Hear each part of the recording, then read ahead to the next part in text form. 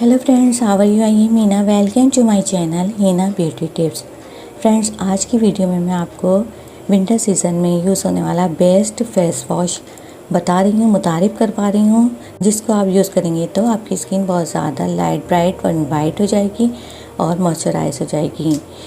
पर इससे पहले प्लीज़ मेरे चैनल को सब्सक्राइब कर लीजिए और इस बेल आइकॉन को प्रेस कीजिए ताकि मेरी एवरी लेटेस्ट अपडेट वीडियोस आपको सबसे पहले मिल जाए। इस फेस वॉश का नाम है Fiabila fair and white face wash goat milk deep cleansing natural milk pure white face wash.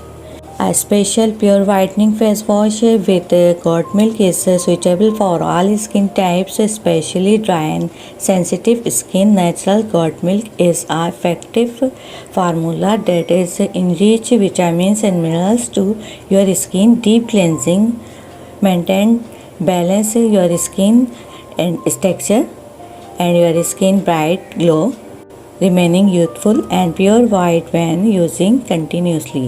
अगर फ्रेंड आप इसको इन विंटर सीज़न में कंटिन्यूसली यूज़ करते हैं तो आपकी स्किन बहुत ज़्यादा ब्राइट भी हो जाएगी और मॉइस्चराइज भी रहेगी।